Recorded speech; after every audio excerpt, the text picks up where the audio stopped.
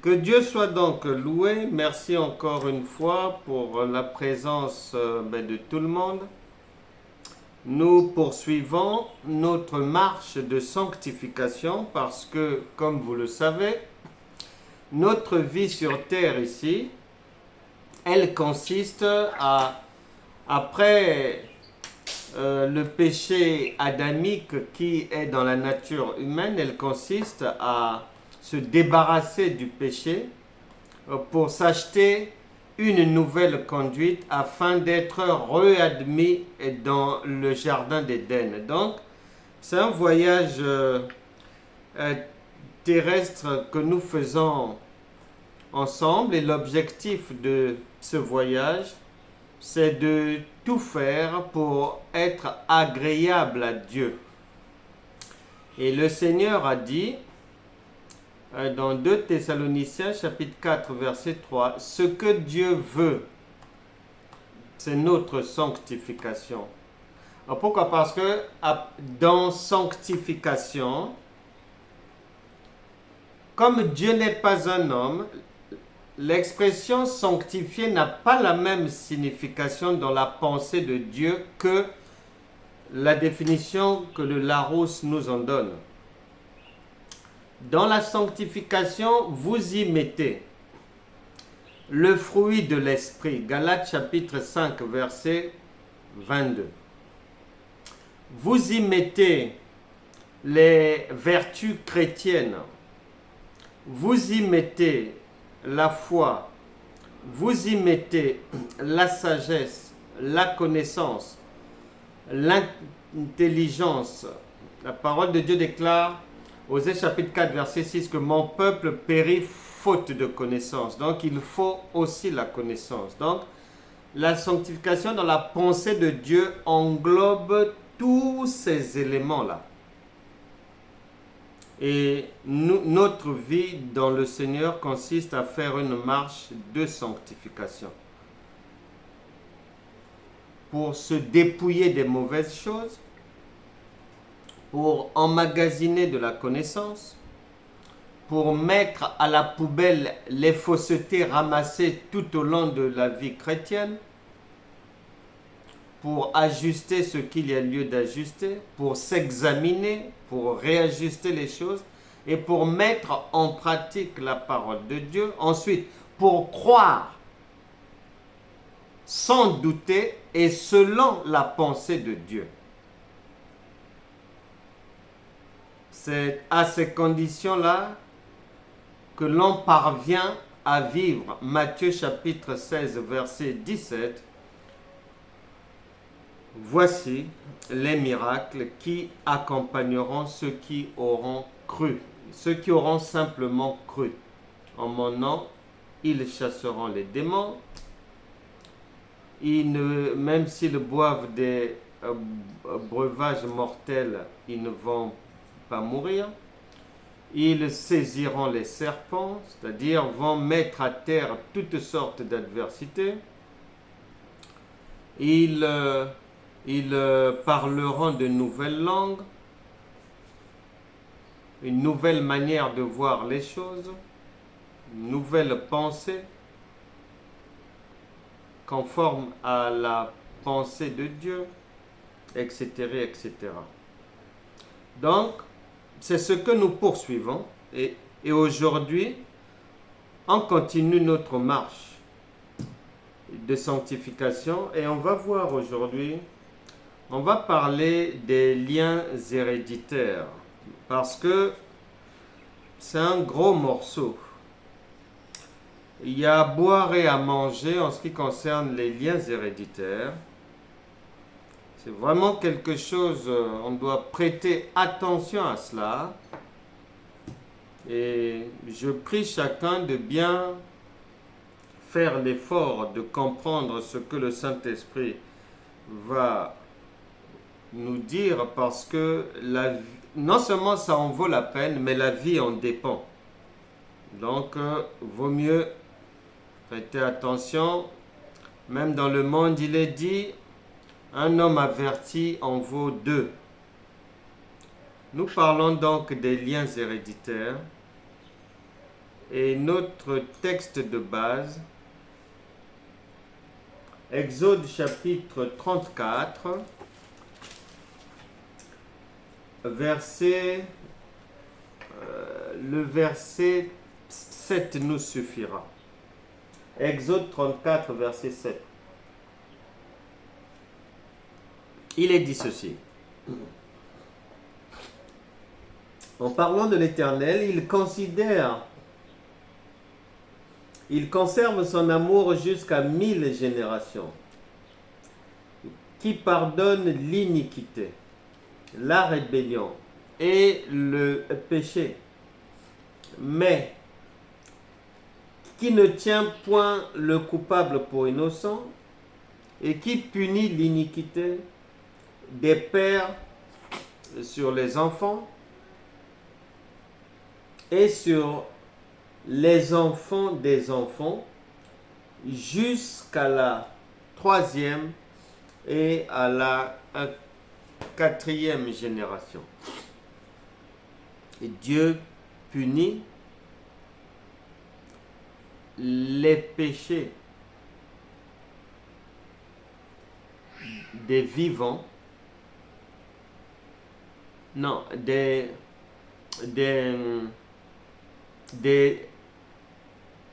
péchés des hommes jusqu'à la 3e et jusqu'à la 4e génération. Lorsqu'on se promène un peu sur cette terre, on n'a même pas, sans même être enfant de Dieu, souvent, on va se rendre compte qu'il y a des choses, on n'a pas besoin qu'on nous les explique 2 fois pour comprendre que quelque chose ne va pas. Quelque chose ne va pas.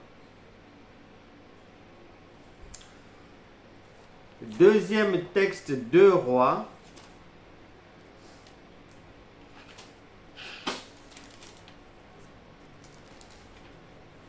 2 Rois chapitre 4, verset 1. Une femme d'entre les femmes des fils des prophètes cria à Élisée en disant: ton serviteur, mon mari, est mort, et tu sais que ton serviteur craignait l'Éternel. Or, le créancier est venu pour prendre mes 2 enfants et en faire des esclaves. Nous parlons de l'esclavage aujourd'hui, mais cet esclavage-là, les chaînes de cet esclavage ne sont pas visibles à l'œil nu. Mais pourtant, ces chaînes-là sont là. La parole de Dieu n'est pas de l'histoire. La parole de Dieu, ce n'est pas de l'histoire ancienne. La parole de Dieu n'est pas destinée aux personnes qui sont absentes, non. Et la parole de Dieu ne prendra jamais fin. C'est le Seigneur lui-même qui a dit: toutes choses passeront, mais mes paroles ne passeront jamais. Ce qui veut dire que ce que nous venons de lire là, que ce soit Exode 34, verset 7, ou que ce soit 2 Rois chapitre 4, verset 1, toutes ces paroles existent. Et toutes ces paroles, vu que la parole s'est faite chair, ces paroles-là se sont faites chair et elles existent au milieu de nous et dans beaucoup de vies. Beaucoup.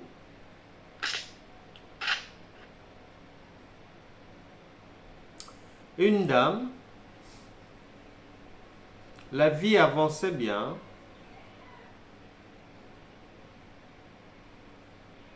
Et un beau jour,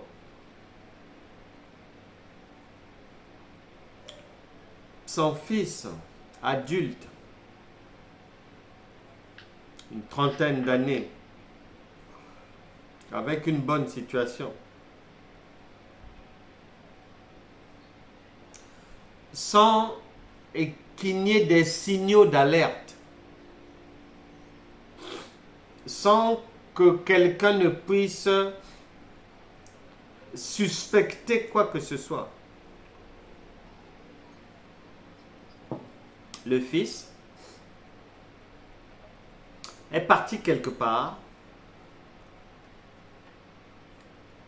et d'une certaine hauteur,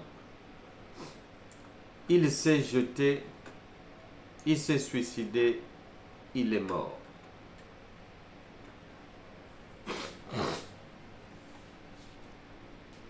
Elle n'avait pas encore même fait le deuil.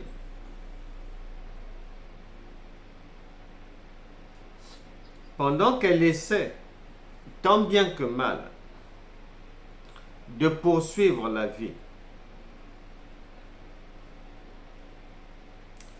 à 4 mois après le décès de l'enfant, c'est le conjoint qui vient mourir.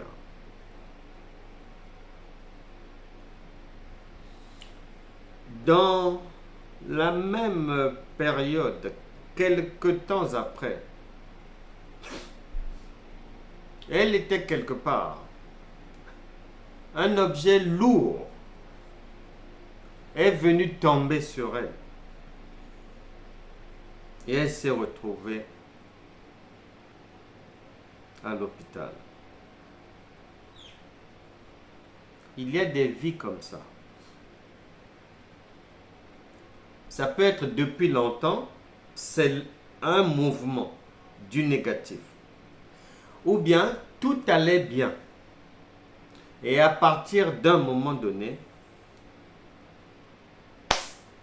tout s'écroule, ça devient un engrenage. Des mauvaises nouvelles, des mauvaises choses. Et beaucoup de vies sont ainsi coincées. Et ici, vous remarquerez, dans 2 Rois chapitre 4 verset 1, il ne s'agit pas d'un croyant. Il ne s'agit pas d'une famille païenne, non. Il s'agit des gens qui connaissent Dieu. Il s'agit d'une famille de prophètes. Prophètes de Dieu. Pas prophètes auto-fabriqués ou auto-proclamés, non. Prophètes de Dieu. Cependant, l'esclavage, les liens ne permettent pas à la vie d'aller de l'avant. Et les enfants doivent maintenant payer pour des choses. Lorsqu'elles ont été faites, les enfants n'étaient même pas là. Et parfois, ils n'étaient même pas encore nés. Mais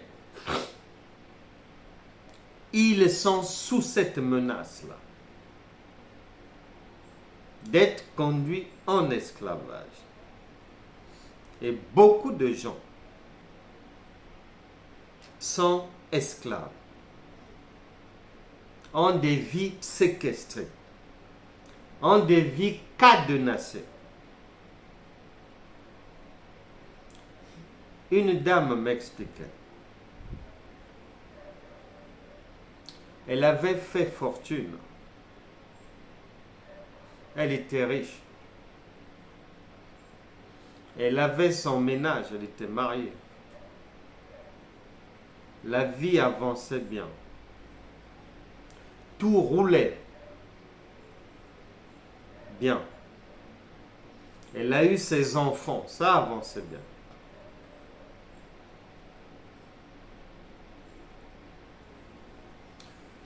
Elle m'expliquait cela parce que elle m'avait entendu donner un enseignement sur ces choses-là. Et elle viendra me dire que ce que j'ai entendu là, mais c'est ma vie. Ce que vous avez dit, je me retrouve là-dedans. J'avais fait fortune. J'avais mes moyens, mon ménage, les enfants, le boulot, les affaires, tout allait bien. J'étais riche.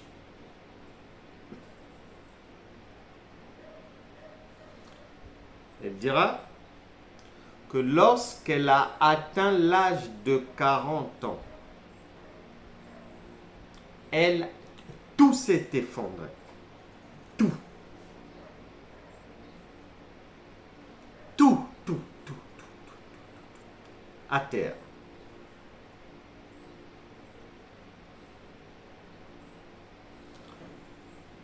Et sa fille est née. Au moment où elle entrait également dans la 40e année, elle aussi avait prospéré. Elle aussi était devenue riche avec son mariage, avec les enfants. Et au moment où elle entrait dans la 40e année, comme maman, tout s'est écroulé. La répétition, la répétition, la répétition des mauvaises choses.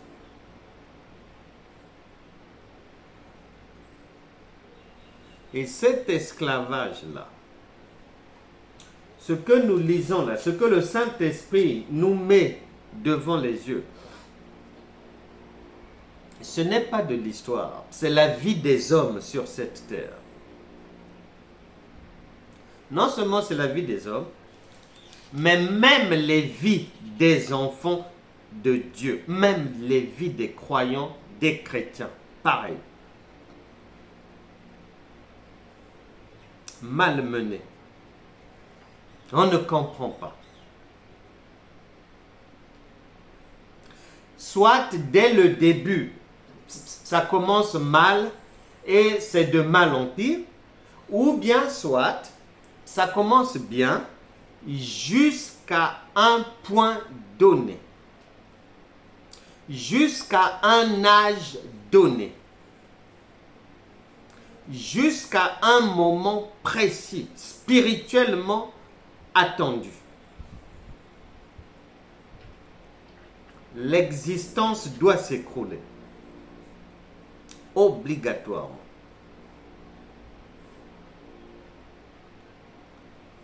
Les choses s'écroulent. Les choses tombent.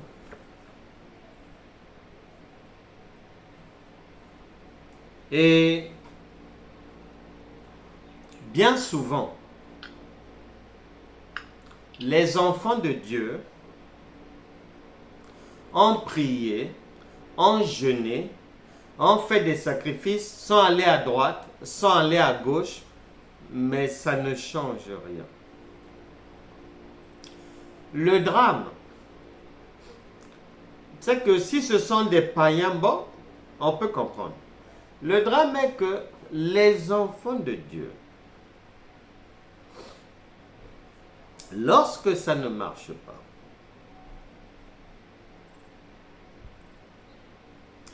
combien même c'est visible à l'œil nu, reste faire les mêmes choses, les mêmes prières, les mêmes jeûnes, le même parler en langue, les mêmes tournures,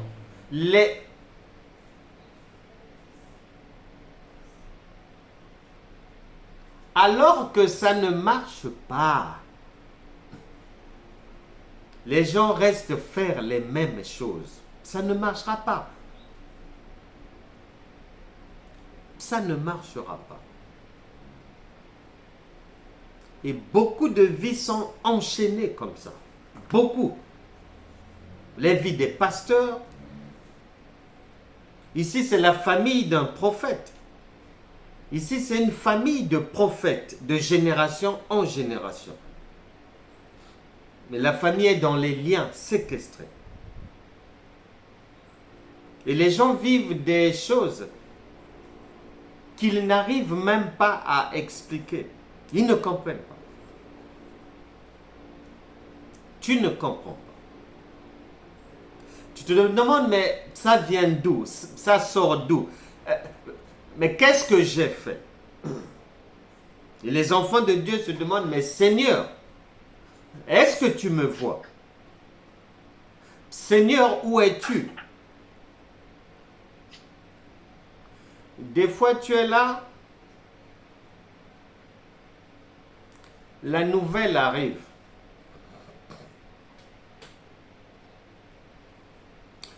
Ces gens-là ne savaient pas que on allait venir pour les réduire à l'esclavage, les prendre. Donc, c'est comme dans la vie. Quelqu'un ne sait pas. Un premier décès. Vous ne vous êtes même pas relevé du premier décès. Un autre arrive. La personne ne s'est pas relevée de ce deuxième décès. Un autre drame survient. Et le cycle infernal de la vie. Je connais un pasteur.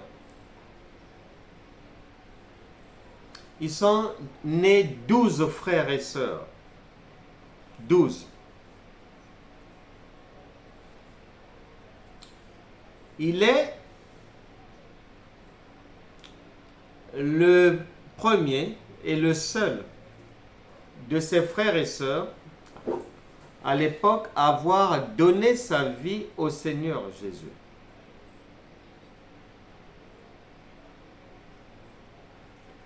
Et les autres traînaient. Résultat des courses. Sur 13 frères et sœurs, il est resté le seul membre de sa famille. Il a perdu 12 frères et sœurs. Chaque 2 ou 3 ans, un décès. Et les 12 sont partis. Et la femme de 2 rois 4,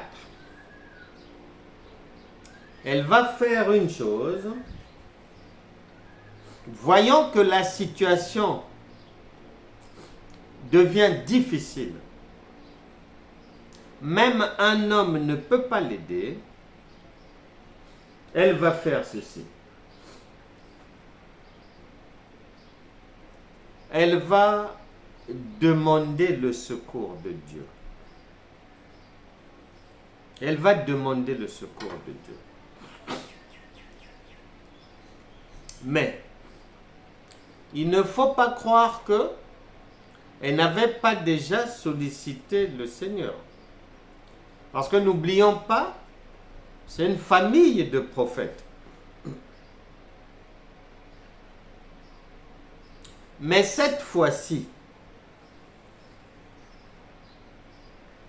au lieu de faire des choses peut-être qu'elle avait apprises à travers l'école des prophètes, à travers d'autres personnes, elle va s'adresser directement à Dieu à travers son serviteur, qui n'était pas quelqu'un qu'elle avait l'habitude de fréquenter. Élisée lui dit, que puis-je faire pour toi? Dis-moi, qu'as-tu à la maison? Elle répondit, ta servante n'a rien du tout à la maison, qu'un vase d'huile.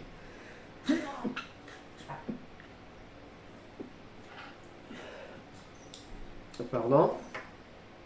Et il dit, va demander au dehors des vases chez tous tes voisins, des vases vides, et n'en demande pas un petit nombre. Quand tu seras rentré, tu fermeras la porte sur toi et sur tes enfants. Tu verseras dans tous ces vases et tu mettras de côté ceux qui seront pleins. Et le verset 6 dit, lorsque les vases furent pleins, elle dit à son fils, présente-moi encore un vase. Mais il répondit, il n'y a plus de vase, et l'huile s'arrêta. Elle alla le rapporter à l'homme de Dieu, et il dit, va vendre l'huile et paie ta dette, et tu vivras, toi et tes fils, de ce qui restera. Par la grâce de Dieu, ils ont échappé à l'esclavage suite à une intervention divine.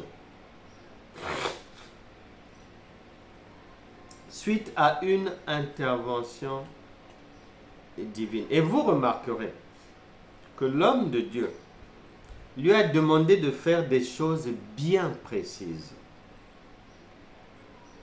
Pas aller dans tous les sens comme souvent on a pu le faire, non.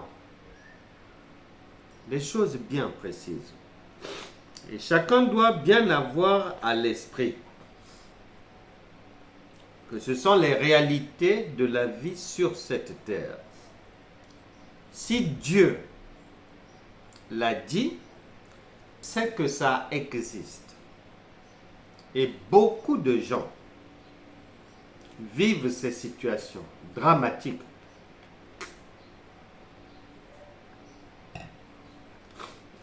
Que ce soit les personnes elles-mêmes, que ce soit leurs enfants.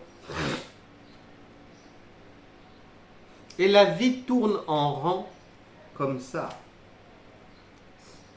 Problème par-ci, problème par-là. Ou bien un type de problème qui revient périodiquement. Chaque 3 ans, chaque 5 ans, chaque 7 ans, chaque 12 ans.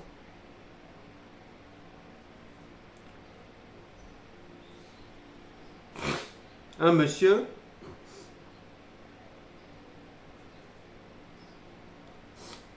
sa femme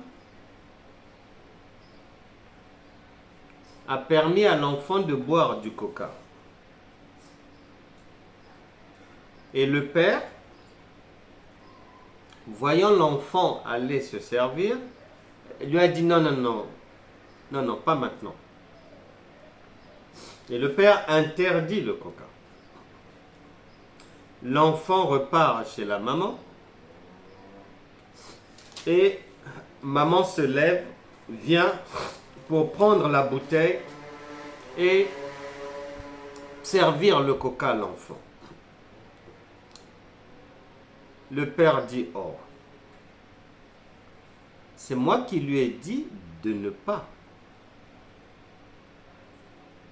boire le coca.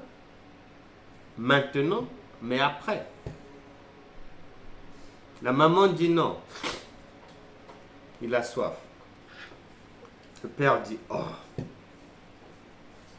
Pardon. Le père dit, oh. Dispute maintenant. Ah, va là-bas, va là-bas. Imbécile, imbécile. Bête, bête toi-même. Allez, va là-bas. Ah, si tu veux. Mais qu'est-ce qu'il y a? Ah, si c'est comme ça, on divorce seulement. J'en ai marre. Ah, mais tu crois que quoi? Que moi, j'en ai pas marre. On divorce seulement, allez, hop. Le lendemain, le monsieur lui-même, pardon,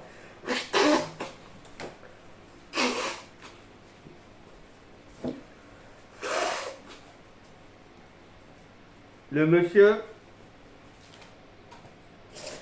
il réfléchit, et puisque le roi Salomon a dit, celui qui réfléchit sur les choses trouve le bonheur, il réfléchit un instant. Ce que beaucoup de chrétiens ne font pas. Dieu n'a jamais dit que le bonheur c'est dans le jeûne et la prière, non. La Bible déclare, celui qui réfléchit sur les choses trouve le bonheur. Et le monsieur réfléchit. Oh. Il se dit, mais depuis quand les gens divorcent maintenant pour du Coca-Cola? En plus, ce Coca-Cola, ce n'était même pas pour moi, mais pour l'enfant. Mais c'est quelle histoire ça? Et là, le Saint-Esprit l'aide.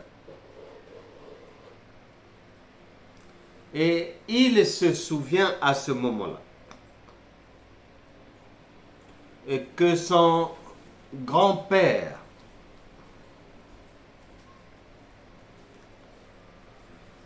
avait divorcé de sa femme lorsque son père avait 12 ans.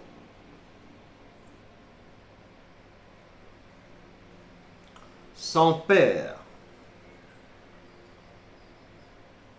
a divorcé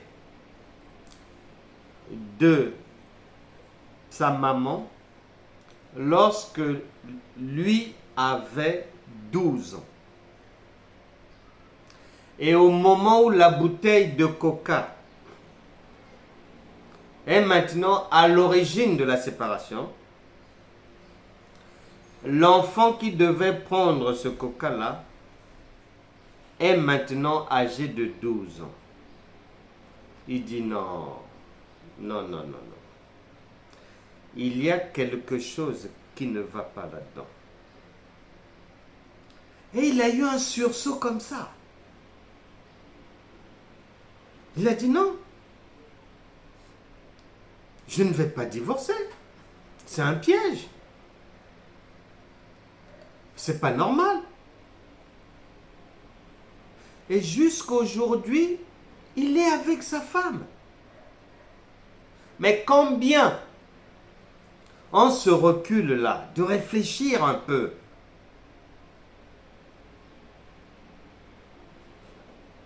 Au lieu de toujours se jeter comme des fous, des folles, dans des prières sans tête ni queue. Alors que, souvent, le nœud du problème se trouve ailleurs. Et il faut le trouver. Et Dieu va venir en aide à cette sœur et à ses enfants. En 2 Rois chapitre 4. Par son serviteur, il va leur donner la démarche à suivre. La solution. Et chacun donc a cette responsabilité-là. De revisiter sa propre vie. De visiter, de jeter un regard sur les vies de ses enfants. De regarder dans le rétroviseur des vies de ses parents. Et des grands-parents. Pour bien vérifier si ce que la personne vit n'est pas le résultat d'un lien héréditaire quelque part, qui finalement réduit la vie à l'esclavage, une vie d'esclave, une vie sans avenir, parce que condamné depuis longtemps à la destruction, à l'échec.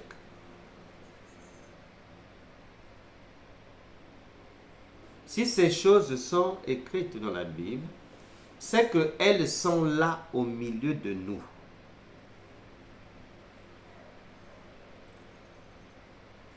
souvent,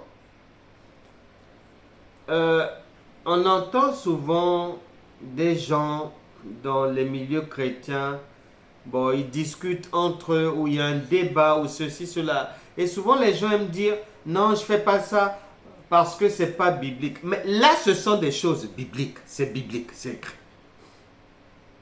Ce sont des réalités, c'est biblique, c'est écrit. Donc, des choses à prendre au sérieux. Avec beaucoup de sérieux.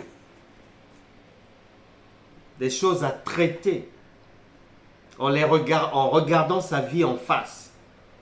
En regardant les vies des enfants en face. En revisitant les vies des parents.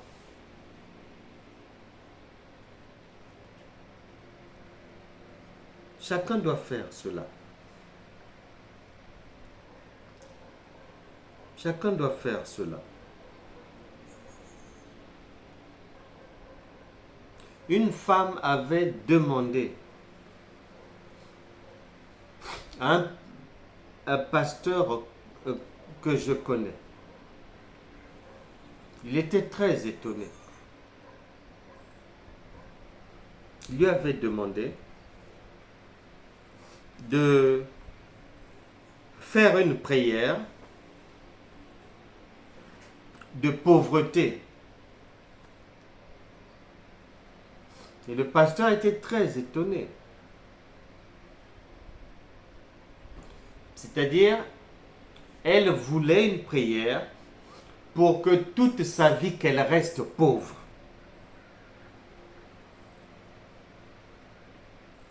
Et le pasteur n'avait jamais entendu ça. Et il lui demande d'expliquer pourquoi. La raison était que elle avait constaté que à chaque fois que l'un de ses frères ou parmi les sœurs, quelqu'un réussissait dans une activité, quelqu'un prospérait dans son commerce, automatiquement il s'ensuivait sa mort. Et elle avait déjà vu 3 frères et sœurs partir comme ça. Ils ont prospéré, partis de rien, ils ont travaillé, ils ont prospéré, devenus prospères. Quelques mois après, c'est la mort. Quelques mois après, c'est la mort. Une personne est partie. 2 personnes sont parties. 3 personnes parties. Elle a couru aller voir le pasteur pour demander que Dieu la maintienne dans la pauvreté à vie. Elle préfère. Parce qu'elle savait que dès qu'elle va sortir la tête de l'eau, elle est cueillie, c'est la mort. Et il y a beaucoup de familles comme ça aussi. Les gens n'ont pas le droit de prospérer. Les gens n'ont pas le droit d'aller de l'avant. Les gens n'ont pas le droit de se marier. Les gens n'ont pas le droit d'être devant. Ils doivent rester derrière. Les gens n'ont pas le droit d'avoir le sourire. Les vies doivent être courbées, les têtes courbées, raser les murs, mal dormir,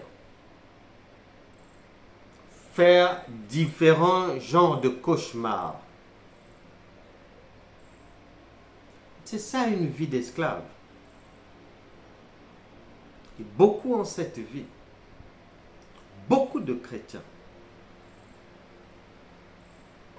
Malgré toutes les initiatives pour sortir de là, beaucoup d'enfants de Dieu, entre guillemets, demeurent dans des liens héréditaires. Et on n'a pas besoin même d'être allé à l'école pour constater la présence de ces choses dans la vie de quelqu'un. Soit vous observez, soit vous écoutez la personne elle-même. C'est tout. Et heureusement que le Seigneur Jésus est venu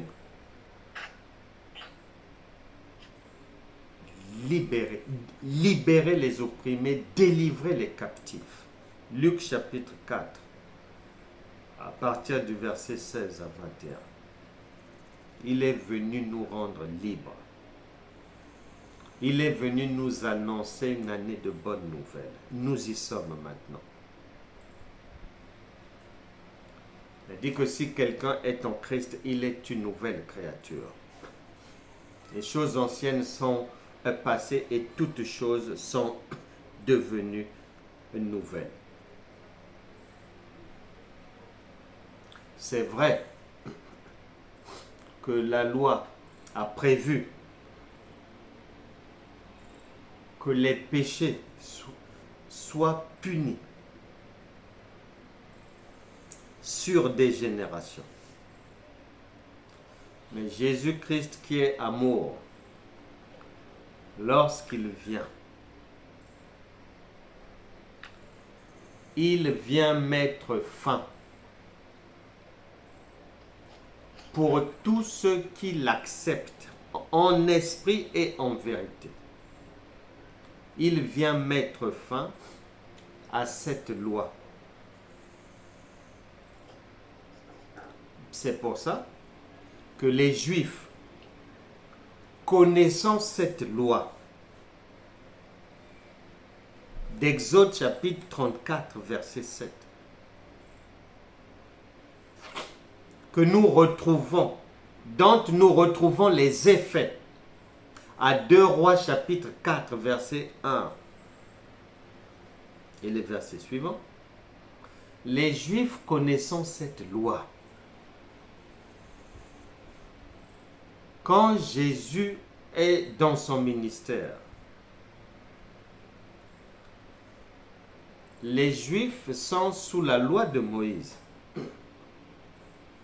Et le Seigneur Jésus aussi est arrivé sous la loi de Moïse.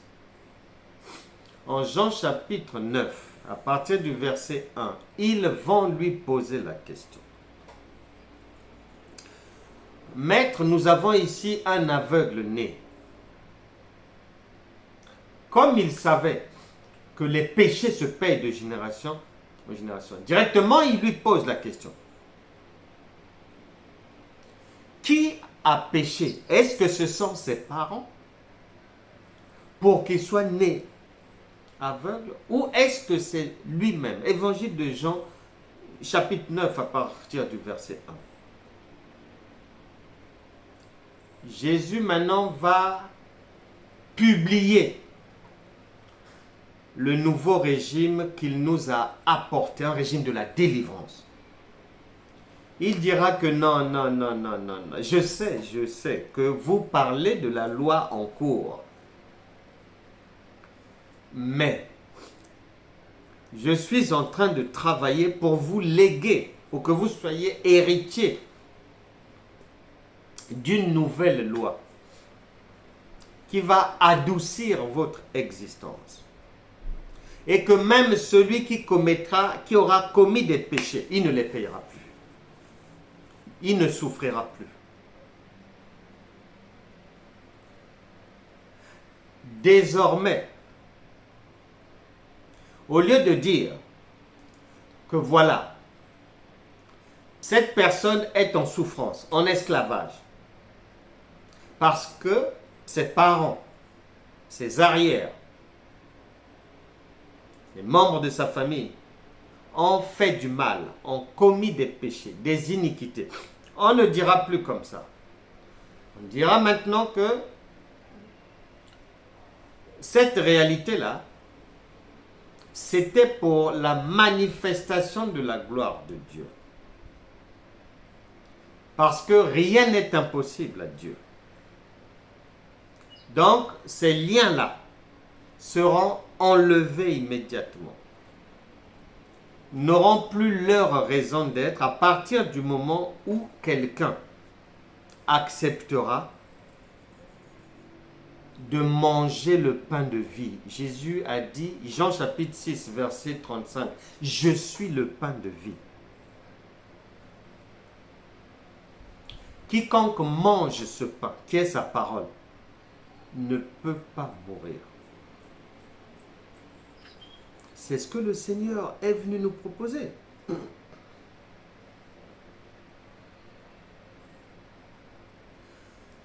Dans Ésaïe chapitre 35, verset 8, là-bas il est dit que viendront des temps où il y aura un chemin. Quiconque empruntera ce chemin, même l'insensé, ne pourra pas s'égarer, ne pourra pas échouer dans la vie. Une impossibilité. Le prophète Ésaïe annonçait ces choses. Et le Seigneur Jésus est venu les accomplir. En Jean chapitre 14, verset 6, il dit, oui, oui, le chemin qui vous avait été annoncé jadis, eh bien c'est moi. Je suis le chemin, la vérité et la vie. Quiconque vient à moi, les chaînes tombent. Je suis venu pour améliorer votre existence d'une manière extraordinaire. Luc chapitre 4. Verset 17. Et on lui remit le livre du prophète Ésaïe. L'ayant déroulé, il trouva l'endroit où il était écrit. 2 points. L'Esprit du Seigneur est sur moi, parce qu'il m'a oint pour annoncer une bonne nouvelle aux pauvres. Je m'arrête d'abord ici rapidement, parce que Jésus lui-même a dit que dans Matthieu chapitre 22, verset 29, que vous êtes dans l'erreur parce que vous ne comprenez ni les Écritures ni la puissance de Dieu. Ici, il est dit, parce qu'il m'a oint pour annoncer une bonne nouvelle aux pauvres. Le pauvre dont il s'agit ici, pauvre là, n'a rien à voir avec le pauvre que tu connais. Pauvre de Dieu, dans la pensée de Dieu, c'est quelqu'un qui manque de connaissances et qui est en recherche. Il désire, il reconnaît qu'il n'a pas la connaissance. Et il veut que Dieu l'éclaire. Il est pauvre en connaissance. Il n'a pas une connaissance suffisante. Il veut être rempli, chargé. Il veut recevoir le Saint-Esprit. Le pauvre dans la pensée de Dieu, c'est quelqu'un qui aspire à être rempli des choses de Dieu et qui reconnaît qu'il n'a pas ça au départ, il n'a pas. Donc, il court après ces choses, comme nous le faisons maintenant. C'est de cette pauvreté divine dont il s'agit. Ce n'est pas la pauvreté de médecins du monde, secours catholique, de ceci, cela. Non, non, non, non, non, non, non, non, non, non. Non. Non. Les médecins du monde, secours catholique et autres, sont arrivés plusieurs siècles plus tard, après que ces choses soient déjà écrites. Donc ça n'avait rien à voir avec la pauvreté des clochards ou bien des démunis et tout. Non, non, non. Dieu n'est pas là-bas. Si c'est la connaissance. Ensuite, il m'a envoyé pour guérir ceux qui ont le cœur brisé, pour proclamer aux captifs la délivrance et aux aveugles le recouvrement de la vue, pour renvoyer libres les opprimés, pour publier une année de grâce du Seigneur. Verset 21. Aujourd'hui, cette parole de l'Écriture que vous venez d'entendre est accomplie. Mes bien-aimés, la masse chrétienne continue malheureusement à s'égarer jusqu'aujourd'hui. Et nous nous sommes suffisamment égarés dans ce chemin-là.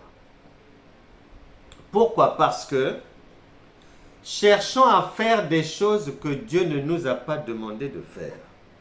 Mais comprenons les choses avec les définitions humaines. Cherchons à comprendre Dieu avec les définitions humaines. Ça ne marchera pas. Pensons à prendre des choses qui ne figurent nullement dans le programme de Dieu. Ici, Luc 4, versets 16 à 21, tu as tout ce que Dieu vient faire dans ta vie. Tout le programme est là.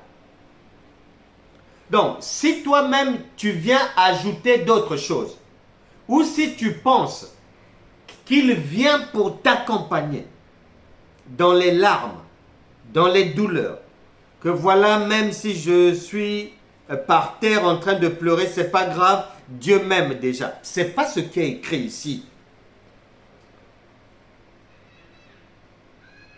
Oh voilà, même si je suis malade dans notre famille, c'est comme ça, l'essentiel, Dieu m'aime déjà. C'est pas ce qui est écrit ici. Dans son programme, c'est la délivrance, la guérison. Cicatriser les cœurs brisés. Que les aveugles recouvrent la vue. Publier partout la grâce divine. Qu'elle puisse entrer dans toutes les maisons pour faire du bien, pour enlever le mal. C'est le remplacement des ténèbres par la lumière. Dieu n'a pas un autre programme. Ça ne sert pas d'aller chercher d'autres choses. Le programme de Dieu est là. Et si nous sommes avertis de ces choses par la parole, eh bien, ce qui veut dire que ce programme s'est fait chair et il nous est maintenant mis à disposition. Nous allons prier. Il y avait une famille. Aucune personne ne se mariait dans cette famille, ni homme ni femme, pas de mariage. Une sécheresse maritale de grande envergure. Les gens prient, c'est comme s'ils ne prient pas. Les gens jeûnent, c'est comme s'ils ne jeûnent pas. Ils font les efforts, mais la vie n'avance pas. Mais le jour où un seul membre de la famille, la Bible déclare que Dieu cherche un homme seulement. Il n'a pas besoin de beaucoup. Joseph avait plusieurs frères. Mais il y a eu un seul Joseph. Il n'y en a pas eu deux. Dieu n'a pas besoin de beaucoup de gens. Le jour où un seul membre de cette famille a eu la grâce de recevoir un éclairage sur ce que Dieu vient faire concrètement dans la vie d'une personne. Le jour où la personne a compris que ça ne pouvait pas marcher parce qu'elle faisait erreur, faisant des choses que Dieu n'a pas demandé de faire, faisant des mélanges, ramassant des saletés, marchant avec des choses inutiles, etc., etc. Le jour où la personne avait compris ça, Et à la suite d'une prière simple comme celle que nous allons faire, la même année, 11 personnes de cette famille se sont mariées. C'était la délivrance. Peu importe le domaine, tu as droit à la délivrance, à la liberté, à sortir de l'esclavage, à ne pas vivre des choses que tu ne veux pas voir. Et c'est cette proposition que le Seigneur Jésus est venu nous faire en se sacrifiant pour nous, en mettant son corps et son sang à notre disposition, en mettant le pain de vie qu'il est à notre disposition pour que nous puissions passer de la mort à la vie dans tous les domaines.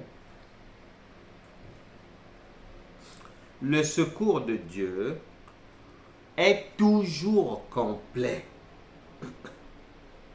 Ça n'existe pas sur terre une maman qui va à chaque fois que l'enfant est malade rechercher sa guérison, mais quand l'enfant n'a plus de vêtements, elle le regarde. Quand l'enfant n'a plus à manger, elle le regarde seulement. Ça n'existe pas. Le secours de Dieu, tout ce que maman fait dans tous les domaines pour son enfant, c'est de la même manière que Dieu s'occupe de nous dans tous les domaines. Donc, si un domaine, ça va, un autre domaine, ça ne va pas. Le troisième domaine est couché. Le quatrième domaine, c'est coup-ci, coup-ça. Non, non, non, non. N'accepte pas d'avancer. N'accepte pas. Nous allons maintenant prier pour que la vie change radicalement et dans tous les domaines. Que tous les liens soient brisés. Et nous savons tous que pour être agréable à Dieu, la porte d'entrée, c'est la délivrance. Que chacun s'adresse à son Dieu. Que chacun demande pardon à Dieu. Et que chacun chasse de sa vie ce qu'il ne veut pas voir.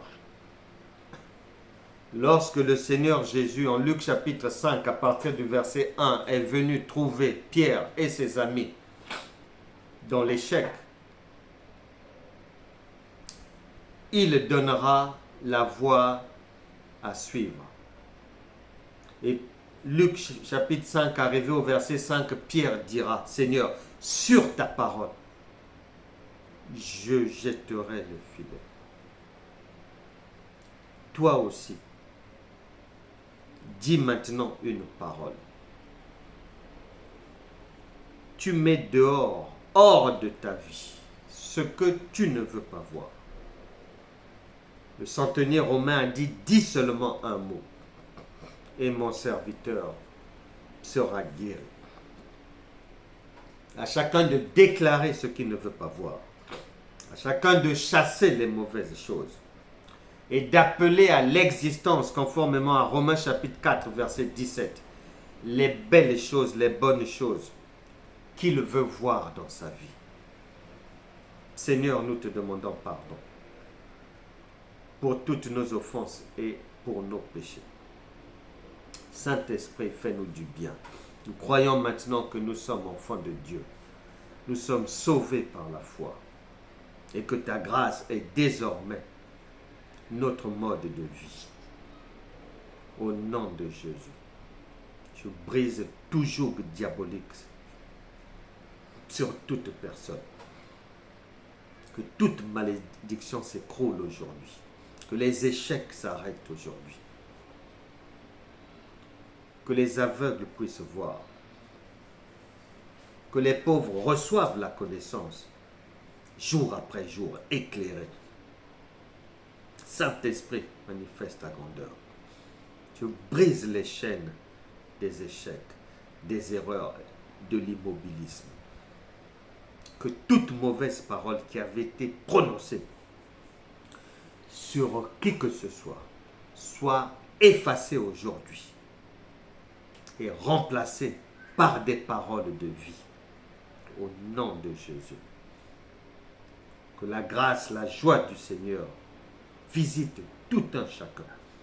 Non aux échecs, non aux insomnies, non aux tournées en rond, non à l'endettement, non aux problèmes à répétition, non à la mort précoce, non aux projets qui échouent toujours au dernier moment, non aux mauvaises connexions, aux mauvaises rencontres, au nom puissant de Jésus.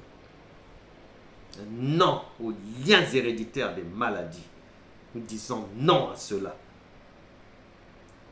Que la guérison divine visite tout un chacun au nom de Jésus. Que tout démon qui harcèle les vies, vous partez maintenant au nom puissant de Jésus. Que la faveur divine soit désormais le partage de chacun. Au nom de Jésus. Amen.